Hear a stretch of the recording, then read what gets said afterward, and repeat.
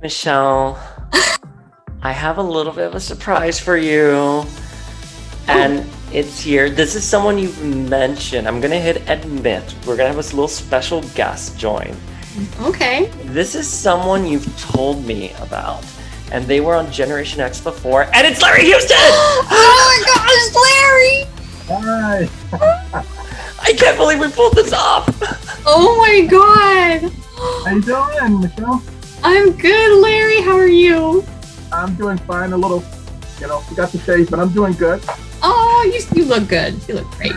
Larry, I was telling Michelle, I was like, so we have a little bit of a guest here right now.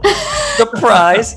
Because when on the podcast I was on previously, Generations of X, you came on, your episode did so well.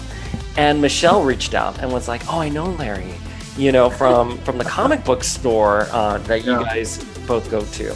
And so when I was planning this episode, I normally have a listener questions section, but I was like, we have to bring Larry onto Power of X-Men.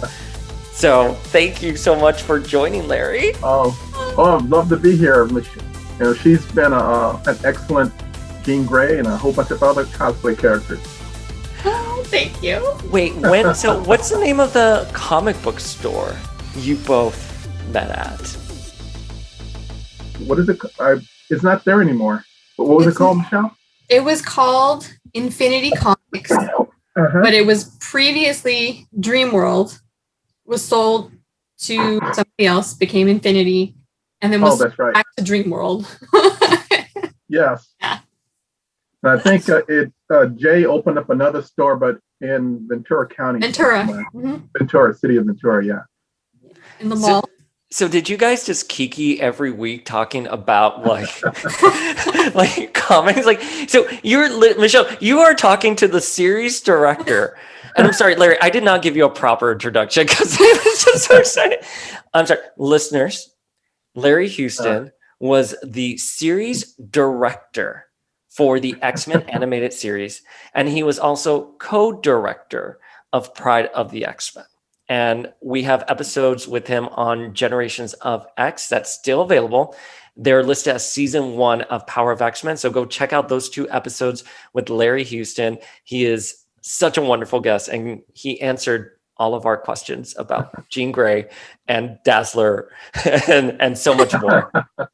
All of those guys. Yeah, it was a fun time. That was out of all the shows I've worked on, that was probably the most I had the most fun on that series because I was able to control almost everything about it and try and put on a show that I wanted to see as a fanboy.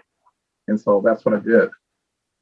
I liked all of the cameos that you would sneak in there. That's probably my favorite. Yeah. That was that's from something when I was a kid and I used to read the comic books in the 60s and Stan Lee would slip in Spider-Man. He had one panel of Thor, might have one panel of Daredevil or something. And then he was basically he was creating a connected universe, but he was basically he was just marketing. He wanted people to buy Tales to Suspense in addition to everybody else because DC Comics, which was known as National Periodic Publications, controlled the distribution of Marvel. So they only let Marvel put out like 8 titles. So in order to create promote the shows, he would put characters in different books and say, go buy this book, go buy that book. And for me, that was real exciting because at the time in the 60s, I was like, wow, there's a connected universe where the characters meet. So fast forward to when I did the X-Men, I wanted to try and infuse that type of fan enthusiasm into the show by adding, cameos here or there, or Easter eggs as they call it. But my rule I gave to myself is that I'd only add them if it didn't interfere with the original story. So as long as it didn't interfere with the story, I put them into the show.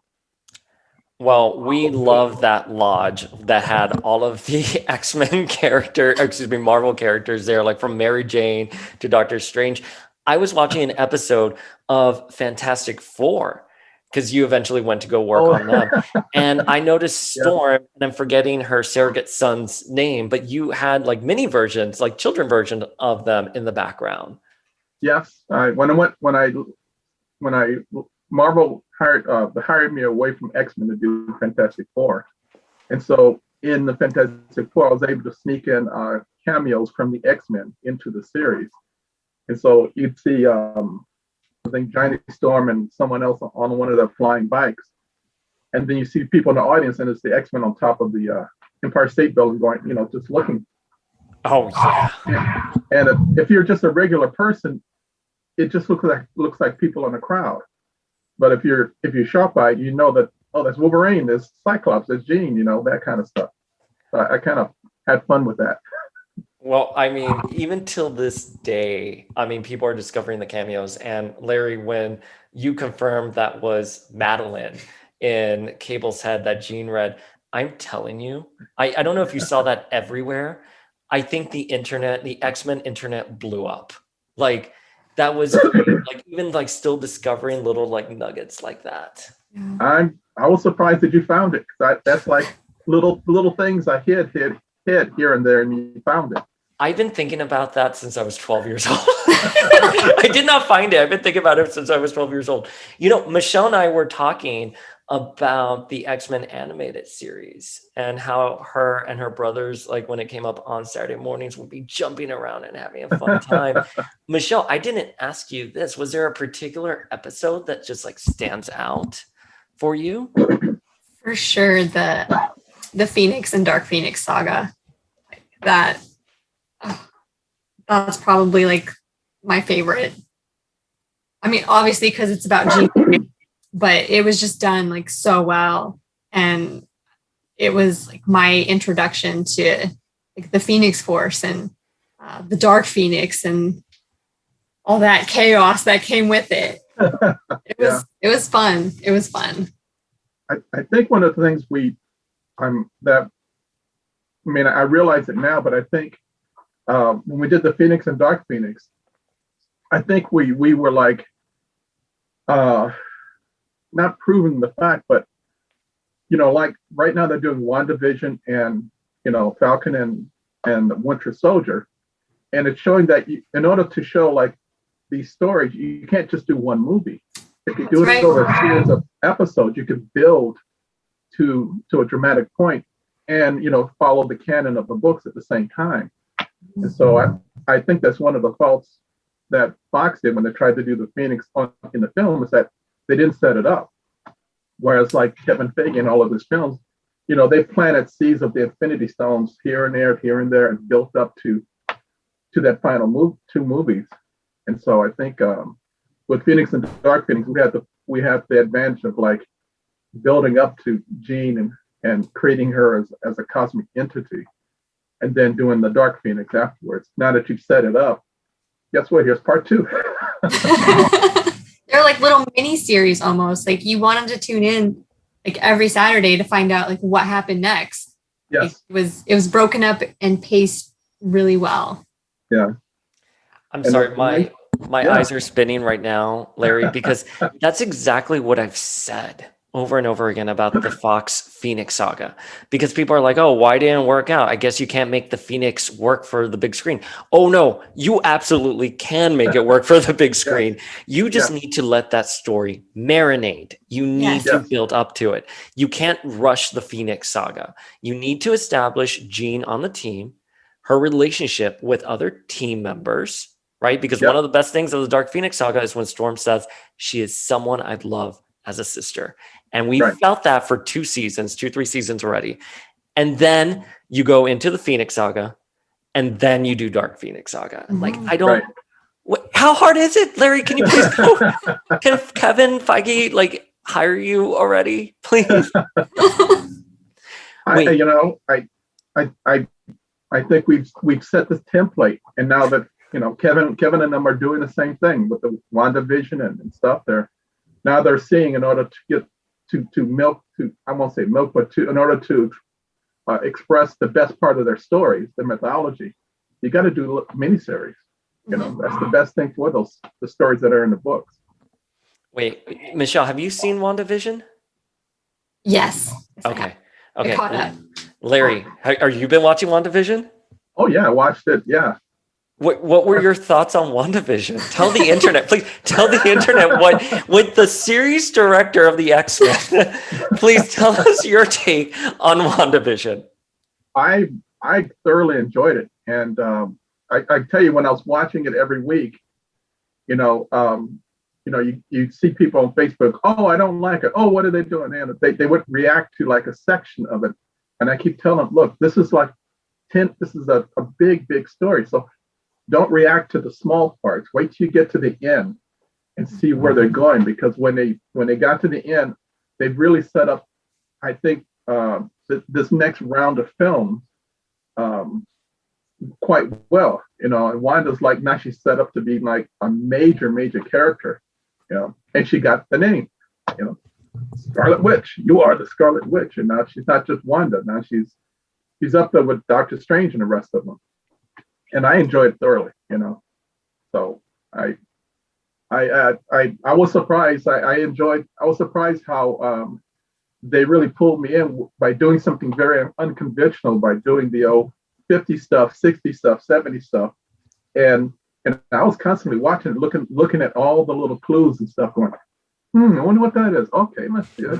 You're trying to see where they're going. And the when they did the Quicksilver thing, I was going, oh crap, what are they doing here? But that was a fake out that they gave the fans, which I didn't really enjoy, but okay, I know why they did it. And so but everything else is great. I enjoyed it, and she's now a hero villain at the same time.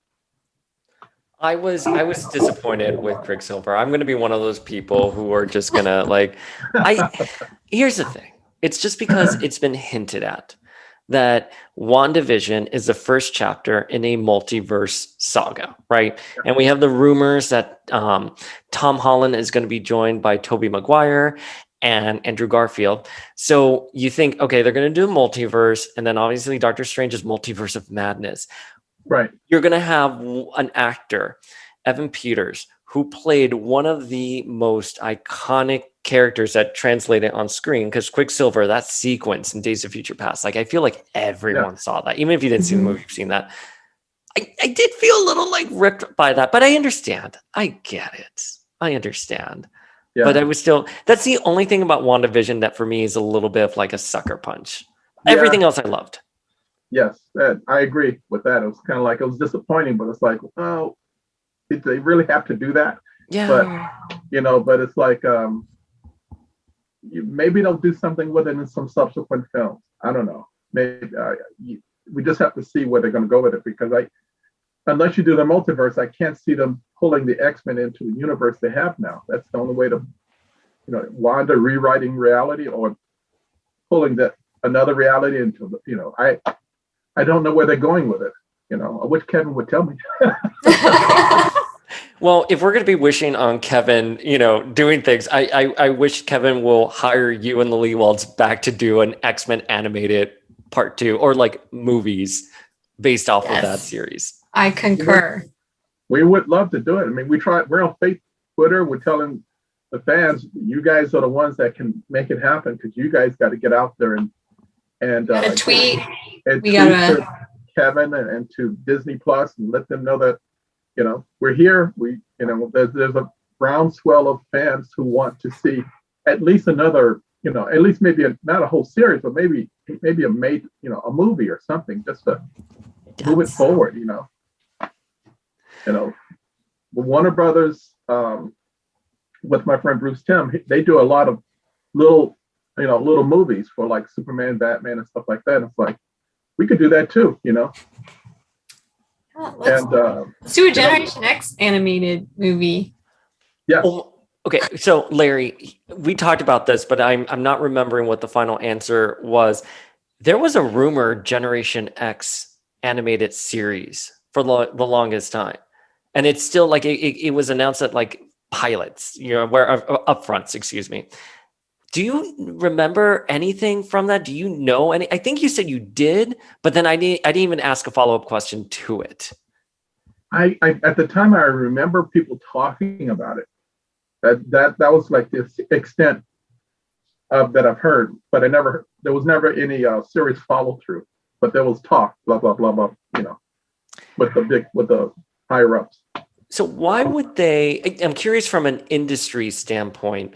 It doesn't necessarily have to be Generation X specific, but why would people who are just talking about a series then mention it in the upfronts? Like, did that mean anything? Does that mean anything significant in the industry, or was it just like, oh, we need to fill in space, so we'll just put this in here? Well, part of it is trying to garner enthusiasm and interest to see how the people they're trying to sell it to are going to be, oh yeah, I want to, how they want, how many people want it and want to see it. And so that's part of a marketing ploy, so to speak, to try and get people interested. I mean that's what we did with Pride of the X-Men. We did a pilot nobody asked for. We tried to show them, here's the X-Men, here's what it could be, and nothing. No interest. We did our best, but it didn't happen then. Michelle, you've obviously seen Pride of the X-Men. What were your feels on it? I liked it. I mean, I would have, if that had gone to production, I would have kept watching. I know they made the video game from that, and that was, I thought it was a really popular video game, and I would have loved to see more of this particular X-Men team, especially since Dazzler was on it. Yeah, she has a lot of good Dazzlers, and the other show I directed was Scarlet. She's done some good. Oh yeah, G.I. Joe. From G.I. Joe, I was the director from G.I. Joe. Also, I just saw her Scarlet recently. So you guys were talking at the comic book store weekly. Larry, when did you find out that Michelle was a cosplayer, and not just a cosplayer, like a really great cosplayer? Well, she never dressed. Did you ever? I don't think you ever dressed at work, did you? I didn't. I didn't dress up at work. It was too slow, like being cosplay all day. I found out about her cosplay when I finally joined Instagram, because for a long time I had no idea what the hell is an Instagram. What's that? So when I finally signed on to it, then I saw, oh yeah, look at this. And there's a lot of pictures and people posting stuff, and it's like, oh, okay. My son introduced me to it, but I wasn't into it. It's like Twitter. It's like, what am I going to tweet about? What the heck is on Twitter? Tweet your feels. Yeah. So yeah, I'm now, on both platforms. But yeah, I didn't know she did cosplay until I saw her and went, oh wow, look at that. Hey, look at Jean Grey. Here's Dazzler. Wow, she's doing great. Her and her husband, I think it does Shadow Star, right? Shatter. Yeah, he does. Yeah, he does Shatter Star. That's his most popular. Yes. And requested cosplay. From me, to be very clear. Michelle, you're talking comics weekly with the man that gave us our childhood. I know. Like, what was that like? And did you know who he was when he walked in that first time? Not the first time. I think the owner Danny was working with me and introduced us formally and mentioned like, oh yeah, Larry was the producer on XMen the animated series. And I just was like, what? I love that show. Like that. I grew up watching that. It was so good. Yeah. So yeah, when we were talking to each other, it was kind of like casual, like we're doing right now. We just talk about what's going on, what are the new books and what's going on, and that kind of thing. It's very casual every week, because I was there every Wednesday. And remind me, I know where you're at, Michelle. Was this outside of LA? Like just a couple minutes outside of LA, the comic book store? Is that where you're at too, Larry? Is that where you guys are all? I'm from New York. I'm in New York, so I'm just like whatever's going on that side. Yeah. No, I live in a city called Moore Park, but the store was in Simi Valley. Mm-hmm. And so from my house, it's about maybe 10, 15 minutes away. So I would go there and get the books and stuff every Wednesday. And it was fun, see what new books are there, and talk to Jay, talk to Michelle, and yeah, it's normal. Hung I thought it was just like a normal day. Yeah. I love that. So I have two questions for you guys, both that deal with your specialties and your history with the X-Men. I'm going to kick it off with you, Michelle. Is there a cosplay? Which, by the way, Larry, do you see that she has a Generation X costume that she made specifically for this episode? Because we were, because we were talking about Generation X before you crashed our party. So, Michelle, my question for you is there a cosplay you've wanted to do that you haven't done yet? Well, this was definitely one for sure, the Generation X suit. But I do have a dream build. It's not Marvel related. I would love to do a Master Chief Halo armor. Oh, that would be boss. Yeah. That sounds very adventurous. That's very elaborate. Yes. I feel like that would take me a year, if not longer, to build. Yeah. That's the dream. Do you know Nerd Alert? Do you know Jason? I know. I follow him. We follow each other on Instagram, but I have not met him in person. He does insane builds. Larry, have you seen this guy named Jason Alucino, who's called Nerd Alert? And he does these massive like cosplay builds. Like he was Onslaught, Omega Red, Mr. Sinister, but let me see if I can pull up a photo really quickly. He like goes to town on those. And it's exactly what Michelle just said, which is it takes forever to make them. Can you see that? Oh, wow. Yes, I do He's remember really seeing good. that. Yeah. He's very good. He's very good. I saw that one. I sent it to the voice actor who does Sinister. I said, look at this. I sent it to him. That's insane. He is going to go. Jason is going to freak now. I'm literally cutting this part of the interview and sending it to him once we're done. Yeah. Chris Britton was very impressed with it. That's Mr. Sinister. Oh, he needs no introduction. I love Shard in Beyond Good and Evil, where she says, "You're Mr. Sinister," and he's here like, "And who are you?" Like that scene. And when Shard is like a friend of Charles Xavier, she does a backflip. Larry, that was my childhood right there. Like that's everything I loved of the X-Men in like 2 seconds. Oh, Larry, my question for you: was there a story with the X-Men that you always wanted to do but didn't have the chance to do? Not a story, but I think a character moment where a story where we could have shown Cyclops uniting with Havoc and finding out that they're brothers, because we never got a chance to put those characters together. I mean, Cyclops found out about his father, but not that his younger brother survived the jumping out of the airplane. And so uniting those two characters would have been a little it's not a story, but like a subplot that would be nice to add to a larger a story. Like that would be like a subplot that you could work a B storyline. And so that's the one thing I felt sorry we never got a chance to do. I am sorry that you did not have a chance to do that, because obviously you guys alluded to that quite a bit, especially when they met X Factor and they're fighting and, their powers cancel out. And then Cyclops is like, "What gives?" And Havoc's like, "Huh?" And they're looking, it's like, we Michelle, Demanda likes to call them himbos. Like the male equivalent of a bimbo is a himbo. And it's like, well, your powers don't work on each other and you're both orphans. Right. Maybe, but that was such a great moment. Okay, my next round of question for both of you. I'm going to start with you, Larry. Larry, you literally also blew up our internet and our Twitter when we talked about how you were the first African-American storyboard artist hired for a Saturday morning cartoon, which that's absolutely incredible.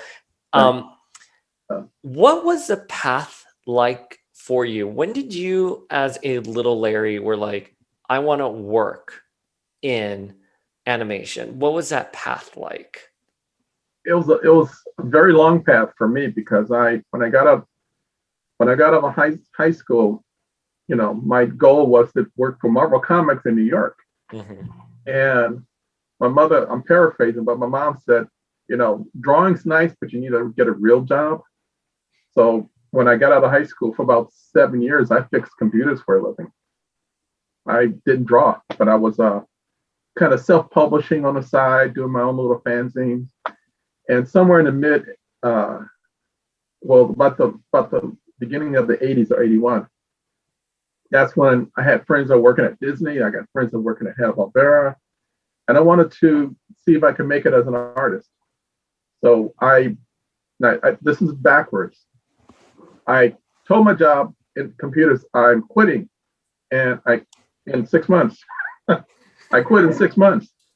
Then I went looking for a job in animation, which is as backwards. You don't do that, but that's what I did. I was trying to jump into the deep end of the pool I didn't want to go backwards. And so Filmation was the company that was hiring people for working on their stuff, and they wanted layout artists. So I said, okay, let me try out for a layout artist. Took that test twice, failed it twice. My artwork wasn't strong enough back in those days. But the layout director saw my portfolio, and I had drawn all of these comic books myself, my own fanzines that I did a long time ago. And he said, "You're probably better to be a storyboard artist." In the back of my head, I'm going, what the hell is that? I had no idea what it was. But they took me upstairs, introduced me to the supervisor of storyboards. He gave me a test. I brought it back the next day. It didn't seem to be that hard. And what I didn't realize was that it was a live script being given to everybody on that floor. He liked it so much, he actually took the work and put it into the show. And then I got hired on the same day. And that's how I got into animation. And what I didn't realize was that, I didn't realize this until, 10, 15 years later, that my friend who works over at Disney, we were out at lunch. I'm trying to remember his name now. It'll come to me in a second. He said, you broke a glass ceiling. And I went, what are you talking about? And I said, there was never really a Black storyboard artist in animation, hired for that position. Like, there've been other artists that have done storyboards, but never hired for that job. And I was the first one hired officially to be a storyboard artist. And that's what happened. And that's how I got into animation. From that point, I was at Filmation for a couple of years. And then I got hired by Stan Lee to work on Spider-Man. And then it just kept going from there. I worked at Marvel Productions for about another 10 years from that point forward. That's where my career went. That's insane. But what I love about that story is that you took a gamble on your dream. Yeah, and the guy's name was Floyd Norman. He was the first Black animator. He was working on Jungle Book. He's one of the animators, and he's the one who told me that. Go Floyd. Yeah, but what in retrospect, I know now, if back then, if I had just cold called the storyboard supervisor for a test, I probably would have gotten nowhere. Yeah. But because the layout supervisor introduced me to the storyboard supervisor, that was my introduction. Okay, and now I had to prove myself. And so luckily I had the storytelling talent to do the job, turn it in quickly. So those two things, it was something he could use, and I had the talent to storyboard. And so that's how I got the job. That's incredible. I mean, thank you for quitting your job in computers, because I can't imagine. Michelle, can you imagine a world where we didn't have the X-Men animated series from his perspective? That's not a world I want to live in. What Pride of the X-Men? I know Pride of the X-Men has, at the time did not get the reception it deserved. I'm with what Michelle said. I thought it was really popular because I had the VHS.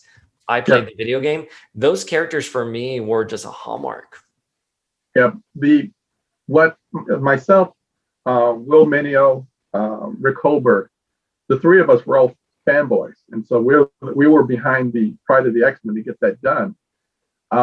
creatively, we had a lot of compromises we had to deal with because we weren't totally in charge. And that's why Wolverine had a Australian accent. And that's why our first choice of bad guys was the Sentinels. But the people behind who are above us wanted a bunch of villains. That's why we got Magneto, we got the White Queen, we got we got all those bad guys. So our experience on the Pride, when fast forward about maybe 6 years, when we got a chance to do the X-Men, people similar to that tried to change it into something we didn't want to do. And we would do the political dance. Hey, that's a great idea. And, oh, yeah, we'll think about, we tried to do that dance to a point where when they were telling us to do it, to make changes, to make it more like Scooby-Doo. And collectively, it was like 5 of us who said, well, we're obviously not the right creative team you're looking for, so all 5 of us are going to quit. And it made them back off. And so we got to do the version we wanted to do, I wanted to do, but they really thought, back then, it was either Scooby-Doo or Super Friends. In their minds, that's success. That's a successful show. And that's not what we wanted to do. So they let me alone. They thought we were going to be one and done, in and out. And I just said, fine, if I'm going to go out in the blaze of glory, I'm going to put together a show that I wanted to see as a viewer, as a lover of comic books, and something I'd be proud to have my name on. So that's where all of that came from. The cameos and everything else. I just wanted to be something I could, if I could make the little kid in me when I'm working on the show, if I'm drawing or directing something and it makes the little kid in me excited, then maybe it'll translate to the viewer outside, who's watching it, like Michelle and everybody else, and you guys supported the show, because you got to remember, there was no guarantee of season 2. We had season 1. I did everything I could, kitchen sink, and we all had our resumes out. We were getting ready to go find other work until they said, hold on, you got a season 2. So we were like, all right, but they would only give us, well, season 1, okay, we'll give you season 2. We'll only give you 13. Let's see how you do with these. And then when that was successful, well, we'll give you another 13. We always wanted to get maybe a 2-year commitment, like 26 episodes, so that we could really plot out a whole bunch of stories and subplots, and we could include a lot more of the mythology into the show. But we could only plot 13 episode arcs. And so that was, like season 1, season 2, I think, is Sinister, season 3. I can't even remember what they are, but basically that's, and then we get into the Phoenix, Dark Phoenix, stuff like that. We had arcs that we could plan for. But it's the series just made our childhood. And speaking of shows and a celebration of fandom, Michelle, you were on Marvel's Becoming.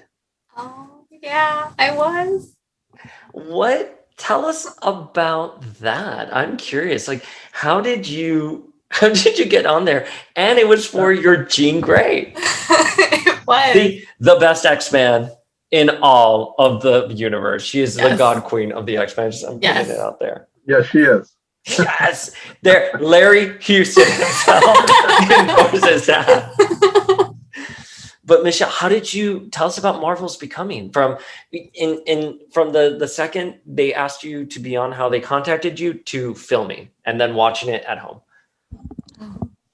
It was a series of like the serendipitous events that happened. I went to San Diego Comic-Con. I think it was my first one. Cosplayed as Jean Grey. I mentioned I was going, and this one cosplayer, Brett E. of the Brothers Yi Cosplay, reached out to me and said, hey, I see that you're an X-Men cosplayer. We're doing this like X-Men meetup over at the Marvel booth at this time. If you want to come by, just come by, take some pictures, and it'll be fun. And so I said, oh, okay, I will make my way over there, which I did. And Marvel Becoming was actually doing an episode on Brett and his Sentinel cosplay, which if you've seen it, it's amazeballs. Like, oh my gosh, it's so gorgeous, so detailed. And I just started talking to him. Like, I introduced myself. I said, oh, hey, I'm Michelle. We met on Instagram. And he couldn't really talk through his mask. So we kind of just were like hand gesturing. And I'm like, can I just get a photo with you? So I have this really crappy photo. I think it's in my Instagram. I have like the red flash eyes and everything. But I was just so happy to get a picture with his cosplay. And then I don't know if it was Brett or the producer, Judy, who said, hey, we're going to do like a thing on stage if you want to come up and like, just show off your cosplay. Like, we're just looking for some Marvel cosplayers. So did that. And right afterwards, it was a hot mess trying to get out of there. So I'm just waiting for the crowds to clear. And Judy asked if I want to do an interview for Brett's cosplay. Like, they just asked me a few questions. I talk about, I think they used the cut where I mentioned having the Sentinel toy as a kid, the Toy Biz one. And they put that into his episode. And then they also had filmed a few other cutscenes with myself in there. And it's all in Brent's Sentinel Marvel Becoming episode. And like a few months later, Judy reaches out via Instagram and she says, hey, we remember your Jean Grey cosplay from a previous episode of Marvel Becoming. Do you want to do one? We're going to do the 80th anniversary featuring the Jim Lee covers. Like, we're looking for 90s X-Men, basically. And I'm like, heck yeah, I would love to. And she asks, we talk on the phone. We set up an appointment and talk on the phone. She asked me for a few other cosplayers, if I know any.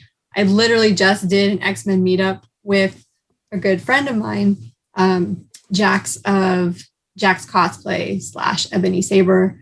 And I was like, yeah, I just met some great 90s X-Men cosplayers. And so I gave her a list. I gave her Jax, of course, who does Magneto. Irene, cosplay counselor, does Psylocke. And then Kalana, Susie Chan cosplay, does a Rogue. And I gave them a suggestion for Cyclops, but that Cyclops turned it down. And we all met up beforehand, and she had asked me if I was going to do any new pieces to my Jean Grey cosplay, and I'm like, I wasn't planning on it, but then it got me thinking maybe I should. Was that a hint? Well, I don't know if it was a hint, but it could be better. So I hit up my mom. I said, Mom, look, Marvel wants to do this thing on the Jean Grey cosplay you made me. I'm like, can we make it bigger? Can I do bigger shoulder pads, bigger bracers? How about some real big gold thigh pads?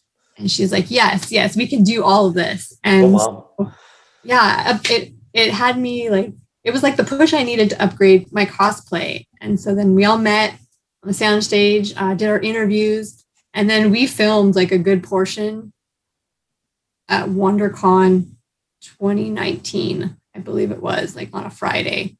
We got up real early, met, and we just filmed everything. Every interaction we had with fans, we were right after we're sign this release and go over there and sign that release.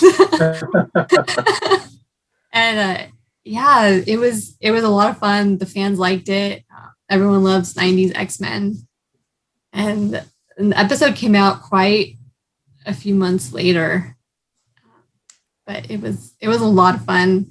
I met our Cyclops in the group, Michael of Perpetual Midnight Cosplay, the day of, and he was so sweet. His wife and his kids were there too. We were all together, so we all had our handlers. I think his wife was dressed as Captain Marvel, and he had his two kids were with him too. I think they were dressed up. I can't remember, but my husband was carrying my bag. Irene had a couple handlers herself. Kalana had her boyfriend there dressed as Gambit, and we did another big like Marvel meetup, and there were so many people that came out. It was, oh my God, it was so great. There's a picture somewhere on all of our Instagrams of everyone that came to that, and it was, oh my God, it was just so much like energy, and oh, this is like the ultimate like X-Men meetup. And then that just kind of set the precedence for all the future meetups that we went to, and it was a lot of fun. Like, I don't even think I'm explaining everything, like all the process that we went through, but you are. It's so, first of all, I miss cons so much. Yeah. And I wanted to ask both of you guys your favorite con experience. And Larry, I'll kick it off with you. Do you have a particular con experience that you're like, that was such a great con? Maybe you met a great cosplayer. Maybe it was just a really great fan, or maybe it was just good vibes. I have a lot of stories like that. But before I do that, Michelle, was that the last time we were at a library? Was that your mom dressed in cosplay that I met? Yeah, that was my mom. She's Lisa Waffle at Mother Moon Creations. Just, plugging that in there. She was dressed as Maleficent. Yes. Yeah, I remember that because when we were talking, we were exchanging texts or something, and she mentioned about the library. So then, based upon what she said, I called up the library and said, "Hey, can I be a part of this?" And they said, "Sure." So that's when I went down and I was part of the group at this library. And I met her mom had this really nice outfit. It's like, wow. I didn't know she was your cosplay partner. She helped me with stuff too. I got it from Mama, that's for sure. You guys are like real friends. I thought you guys knew each other, but you guys have Mama like in common here. Like, yeah. Oh, I love it. It's like in the town right next to me. And yeah, Larry came out to Camarillo Library's cosplay event. And when I saw his name on the flyer, I'm like, dang, Camarillo Library, like they're going big. I don't know if they realize that or not, but you were like a headliner. Yeah, I was really happy that I was able to attend and be there with you. That was a lot of fun. It was fun. Yeah.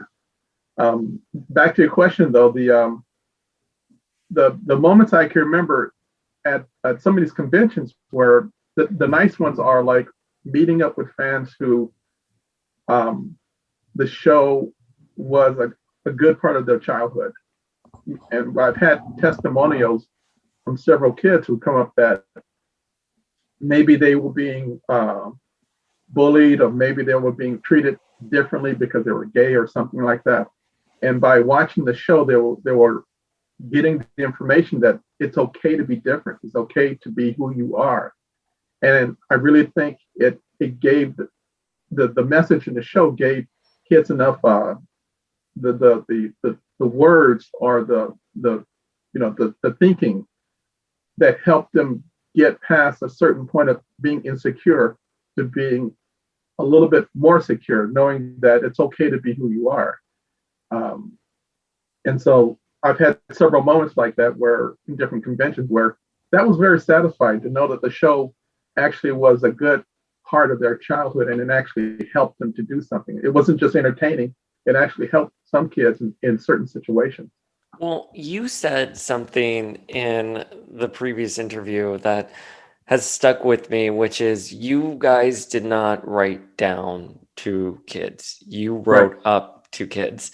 And yeah, as someone who grew up gay, bullied, I always knew that there was a place like Xavier's in my head and I can go there and you can be accepted. And you started laying that foundation, not only for LGBTQIA plus issues, but just otherness in general. And I had such a head start when talking about discrimination than most of the kids my age because of your show and because of the themes, because I was paying attention. And like Michelle, literally, not only am I enjoying it, jumping up and down, but we're also digesting those lines because we're repeating those lines, A. But B, You know, one of the things that I remember thinking, like watching over and over again in the intro, and I couldn't understand what was happening, but for whatever reason, it grabbed my curiosity. Jubilee running, grabbing onto the gate, and a mob behind her. Chasing her, yeah. They wanted to kill her. Yes. She's a 14-year-old girl.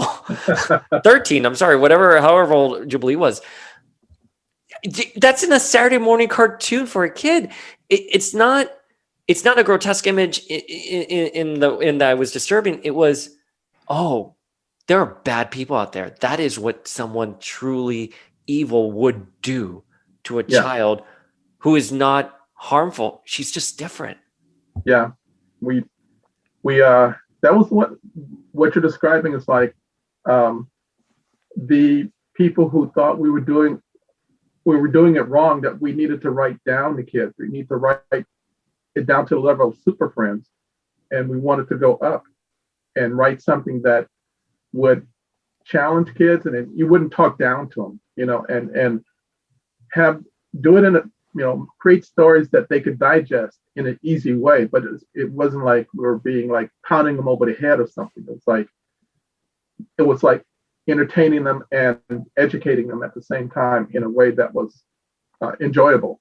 You know, that kind of way. Well, you succeeded, and I know, Michelle, I mean, like our childhood.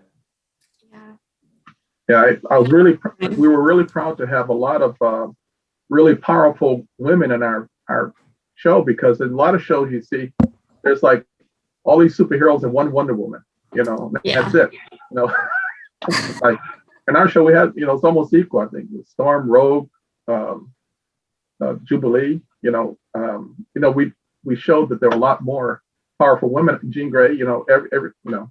There she is. You know, everybody. I was waiting. We were waiting. I was like, Larry, say Jean. If not, eject.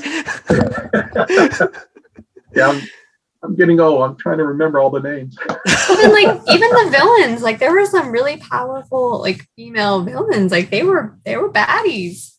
Yeah. You know? Yeah. You had Mystique, you had Emma Frost. I don't know if Lalandra is really bad. She was kind of like, she just brought some badness with her. Right. He wanted to try to kill our God Queen. Yeah. Yeah. But there was one episode, I think it was the origin of Gambit, where they had a character called the External. And I tried to call Marvel back east and say, well, who is this? And they had nothing. I'm going, I got to get a script out now. You know, you guys got to, there was no internet. I said, you got to fax me something now. And it was like, they never got back to me. So I went home and designed a very powerful character called the External. And because it was Gambit, I made a Creole from that part of the world. And that was the only character I created from scratch for the series. I created the character. Later on, you know, go fast forward about 6 months, you know, it's a white guy. So it's like, guys didn't tell me, so I couldn't put it in the show. But that was like a powerful villainess that we had for the show. Well, I love that villain. It's one of my favorite moments of that episode where she's here like, the tide is false. Yeah. And she's so over the top and wonderful with it. Michelle, I want to throw that question to you though, about cons, especially during a pandemic where we're missing cons. Is there a con that you're very excited to go back to? And do you have a very fond memory or a great experience at a certain con? I feel like every con it's so different. Like you have very different experiences at like the high profile cons like San Diego versus like the smaller local ones. Like here we have Long Beach Comic Expo, Pasadena Comic Con. Smaller ones I like because I can meet up with all my LA local peeps. Like it's an hour drive for all of us, no matter where we are. Yeah. It's like your reunion time where you get to see, you know, artists, writers, cosplayers, like everybody. There's always certain booths I will go by and visit and talk to them for hours and just catch up. With the bigger cons, I like the meetups because sometimes we can plan ahead where we're like, hey, let's do some X-Men, or let's do like another group or something. I really liked the last San Diego Comic-Con. I showed up as Dazzler, and my husband did his infamous Shatterstar. And so many people loved it. They were like, oh my God, is that Dazzler? Is that Shatterstar? And they kind of like, okay, where's Longshot? Like, where's he at? Yeah. And it's fun because then you meet up with other cosplayers, and then you can have like a whole team of X-Men and not even realize it. Like, it's happy circumstance. Yeah. I love that. Okay, my last question for both of you. Favorite 90s X-Men costume? And Larry, we're going to start with you. A favorite costume? Favorite 90s X-Men costume? I have to go with the Jim Lee version of Cyclops, because that was a very good asymmetrical design with it going across with the symbol here. I really like that version of it, because it for me also, I was able to turn the X into like a communicator, so you could just press it like Star Trek and just communicate with another character someplace else like this. Jean didn't need one because she could just go like this, hum hum hum, you know. You know. I'm sorry, can you do your Jean impersonation one more time? Hum hum hum. Everybody else had an X somewhere on their costume, so they could just touch it or basically touch it to have it, and I had it light up sometimes. Yeah, Storm had on the shoulder pads. So she could touch one and communicate and stuff like that. Because a lot of times in these shows, the writers would write one character's here, one character's over there, and suddenly they have a radio, and it's like, where the hell did the radio come from? So in order to toss that out, I told the writers, look, we're going to make this the radio. They press, talk, and it just made everything easier for the staging. So I didn't have to worry about designing a new radio. Where the hell did it come from? You know, that kind of stuff. So I liked those designs. I mean, I like the Jean Grey design too. I still have a fondness for the original, the green costume, because I grew up with that in the 60s. But both of those are her costume, your costume, and Cyclops are really good designs.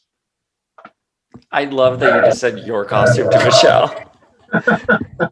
Because you are the best Jean costume. Oh, yeah. Thank you. You're perfect as it. Oh, major props to my mom, though, for bringing that to life, because that was very hard. I wish I would have known about Mama Waffle, and I would have brought her in here to Kiki with us. Oh, maybe next time we could talk cosplay making. Yeah. We've all had even my brothers for Halloween costumes. We've all had very exquisite requests of our costumes. So she's made a lot of them in her lifetime. I love that. So That's Michelle, really your favorite 90s X-Men costume? This is so hard. I mean, I would say Jean, but I feel like Rogue's costume is just more, I don't know, it's just more balanced. She's got a little jacket. If she gets too hot, she can just take it off. Her belt sits a lot nicer and has pockets. Yes. Yeah. Which is very helpful at cons. Yeah. She doesn't have any pockets. She just has her little thigh pads. Right. I think it's gonna be Rogue for me, and her boots are pretty Oh, I love Rogues. pretty sexy. Yeah, they are. All right, guys. Thank you guys so much. Michelle, thank you for talking Generation X with me and then surprising you with the one and only Larry Houston. Before we go, where can fans connect with you all? Larry, where can fans DM you or follow along? I'm on Twitter now, so I'm a X-Men director. That's how you can find me on Twitter. I'm on Instagram. TikTok. I think it's Larry Tunes 54, if I remember right. And the website larry-houston.com Yeah. for Yeah. emails or stuff like that. Yeah, I am most certainly. I can't do TikTok. I'm never going to be on TikTok. No, I can't dance. I can't do anything. Yeah, that's a young people's place. Yeah, I can't keep up. I can't. Michelle, we know you're not on TikTok, but where else can people find you? Oh, my superhero life is only on Instagram at Michelle Waffle-O. Or you can just search for Michelle Waffle. I'm pretty sure I'm the only one. Yeah. Yeah. All right, guys. Well, thank you for joining. And as always, I am the Uncanny Dayspring signing off.